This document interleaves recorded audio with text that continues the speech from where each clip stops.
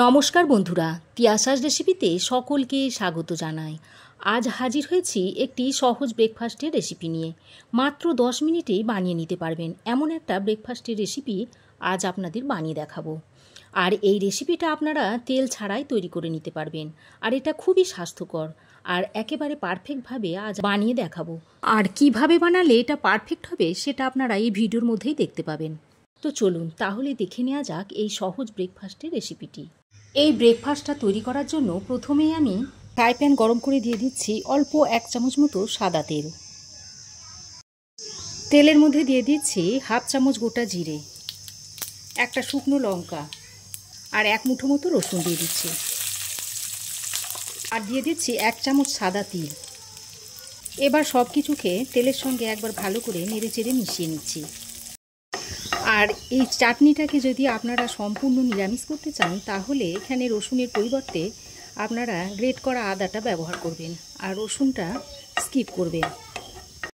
দেখুন ফোড়নগুলো তেলের সঙ্গে বেশ কিছুক্ষণ নেড়েচেড়ে নেওয়ার পর রসুনের মধ্যে দেখুন হালকা একটা ব্রাউন কালার এসে গেছে। এবার এই পর্যায়ে 1 মুঠো চিনেবাদামের মধ্যে দিয়ে দিচ্ছি, এটা রোস্টেড চিনেবাদাম। আর দিয়ে দিচ্ছি 2টো বড় সাইজের কুচনো টমেটো। সঙ্গে দিয়ে দিচ্ছি পরিমাণ মতো নুন, দিচ্ছি 1/2 চামচ কাশ্মীরি লঙ্কার গুঁড়ো, সামান্য একটু হলুদের গুঁড়ো দিয়ে দিচ্ছি একটা কাঁচা লঙ্কা। তবে আপনারা যে যেমন ঝাল খান সেই অনুযায়ী লঙ্কাটা দিয়ে নেবেন। এবার সব কিছুকে ভালো করে নেড়েচেড়ে মিশিয়ে নিচ্ছি। সব কিছুকে একসঙ্গে নেড়েচেড়ে ভালো করে মিশিয়ে নিয়েছি। এবার এই পর্যায়ে এখানে 1 বাটি মতো জল দিয়ে দিচ্ছি। এই জলটা দেওয়ার কারণে টমেটোগুলো খুব তাড়াতাড়ি সেদ্ধ হয়ে যাবে। জলটা দেওয়ার পর সব কিছুকে আবারও ভালো করে নেড়েচেড়ে মিশিয়ে নিচ্ছি। ভালো করে নেড়েচেড়ে নেওয়ার পর এখন আমি এটাকে একটু ঢাকা দিয়ে রান্না করে নিচ্ছি। এর ফলে তাড়াতাড়ি টমেটোটা সেদ্ধ হয়ে আসবে। দেখুন ঢাকা দিয়ে 3 থেকে 4 মিনিট মতো আমি রান্না করে নিয়েছি। আর টমেটো দেখুন খুব ভালোভাবে সেদ্ধ হয়ে গেছে। স্বাদের ব্যালেন্স করার জন্য এখানে আমি অল্প একটু চিনি দিয়ে দিচ্ছি। চিনিটা দিয়ে আবারও ভালো করে মিশিয়ে নিচ্ছি। এবার আমি গ্যাসের ফ্লেম বন্ধ করে এটাকে নামিয়ে ঠান্ডা করে তারপর মিক্সিতে পিষে নেব। ততক্ষণে মিক্সিং জারের মধ্যে নিয়ে নিচ্ছি এই কাপের 1 কাপ সুজি। আর দিয়ে দিচ্ছি ওই কাপেরই 1/2 কাপ টক দই, অর্থাৎ যা সুজি নেবেন তার অর্ধেকটা টক দই নিতে হবে। এবার দিয়ে দিচ্ছি পরিমাণ মতো নুন আর দিয়ে দিচ্ছি চিনি আর দিয়ে দিচ্ছি 1/2 কাপ মতো জল। এবার সব কিছু একসঙ্গে বেটে নিতে হবে। বেটে নেওয়ার পর এর ঘনত্বটা কেমন হয়েছে আপনাদের একটু দেখিয়ে দিচ্ছি।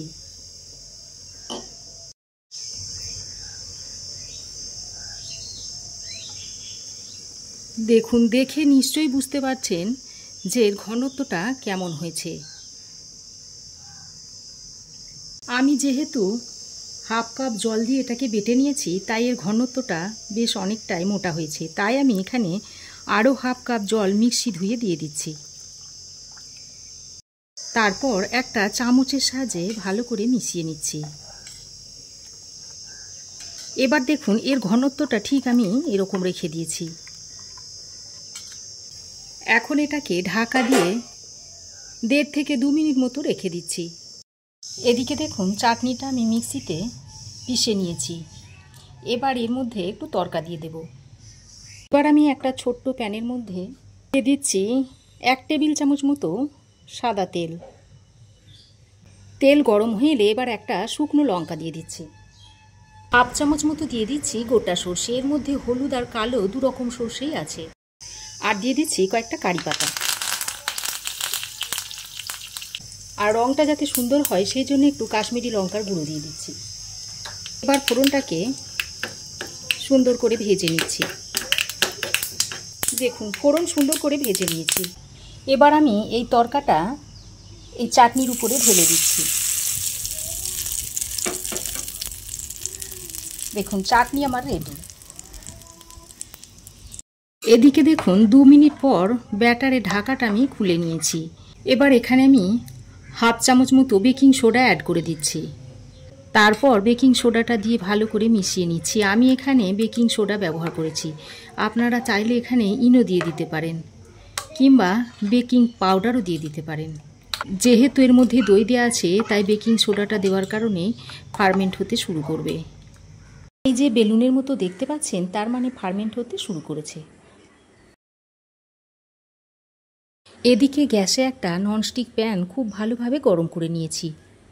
তবে প্যানটা খুব ভালো করে গরম করে নিতে হবে, তাহলে আর তেল দেওয়ার দরকার হবে না। আর আপনাদের কাছে যদি ননস্টিক প্যান না থাকে তাহলে লোহার তাওয়াতেও এটা করে নিতে পারেন। আর যদি অ্যালুমিনিয়ামের কড়াই করেন তাহলে প্রথমে অ্যালুমিনিয়ামের কড়াইয়ের মধ্যে একটু নুন দিয়ে ভেজে নিয়ে তারপর ওর মধ্যে করবেন, তাহলে আর কড়াইয়ে লেগে যাবে না। এবার আমি এই ব্যাটারের মধ্যে থেকে 1 হাতা ব্যাটার নিয়ে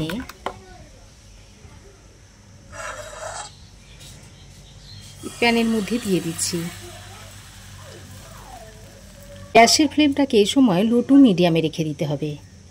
আমি এটা ঢাকা দেব না, দেখবেন আস্তে আস্তে এর উপরটা শুকিয়ে আসবে। সম্পূর্ণ যখন শুকিয়ে আসবে তখন তুলে নিতে হবে। একটা ব্রেকফাস্ট রেডি হতে 2 থেকে 3 মিনিট মতো সময় লাগবে। দেখুন অনেকটাই উপরটা শুকিয়ে গেছে। এটা যখন সম্পূর্ণ শুকিয়ে আসবে সেই সময় তুলে নিতে হবে। দেখুন বন্ধুরা, উপরের অংশটা পুরোপুরি শুকিয়ে গেছে। এবার আমি তুলে নিচ্ছি। দেখুন খুব ইজিলি এটা উঠে আসবে।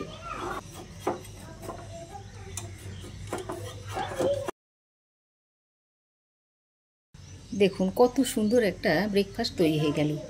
এবার আমি এটাকে একটা প্লেটে তুলে নিচ্ছি। দেখুন তার আগে আমি আপনাদের দেখুন পিছন দিকটাও তুলে আপনাদের দেখিয়ে দিচ্ছি। দেখুন কতটা সুন্দর হয়েছে। একইভাবে আমি বাকি ব্রেকফাস্টগুলোকেও রেডি করে নেব। এটাও দেখুন আস্তে আস্তে উপরটা শুকিয়ে আসছে। সম্পূর্ণটা যখন শুকিয়ে যাবে তখন তুলতে হবে।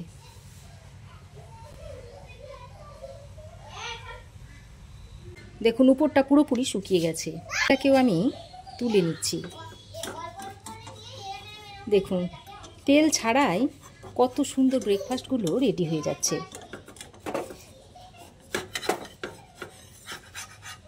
দেখুন ইজিলি উঠে আসছে।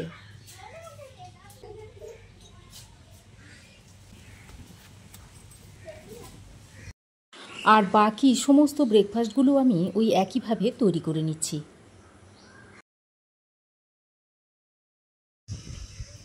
এখন আমি ব্রেকফাস্টগুলো সার্ভ করে দিচ্ছি। ব্রেকফাস্টগুলো কেমন হয়েছে অবশ্যই জানাবেন, আর ভালো লাগলে আপনারাও তৈরি করে খাবেন। তাহলে দেখলেন তো তেল ছাড়াই কত সহজে মাত্র 10 মিনিটে ব্রেকফাস্টগুলো বাড়িতেই তৈরি করে নেওয়া যায়। আর এগুলো চাটনি ছাড়াও শুধু মুখেও খেতে খুবই ভালো লাগে। আর দেখুন ব্রেকফাস্টগুলো কতটা নরম আর কতটা দেখুন সফট হয়েছে।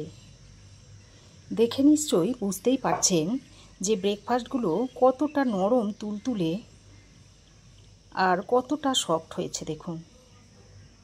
তো বন্ধুরা, আমার এই আজকের হেলদি ব্রেকফাস্টের রেসিপি আপনাদের কেমন লাগলো অবশ্যই একটা কমেন্ট করে জানাবেন। ভালো লাগলে একটা লাইক ও শেয়ার করবেন। পাশে থাকা বেল আইকনটাও অবশ্যই প্রেস করবেন। আর আমার চ্যানেলে নতুন বন্ধু হয়ে থাকলে প্লিজ চ্যানেলটা সাবস্ক্রাইব করার অনুরোধ রইল। আজ এ পর্যন্তই। আবার দেখা হবে নতুন কোনো রেসিপি নিয়ে নেক্সট এপিসোডে। সে পর্যন্ত ভালো থাকবেন, সুস্থ থাকবেন। ধন্যবাদ।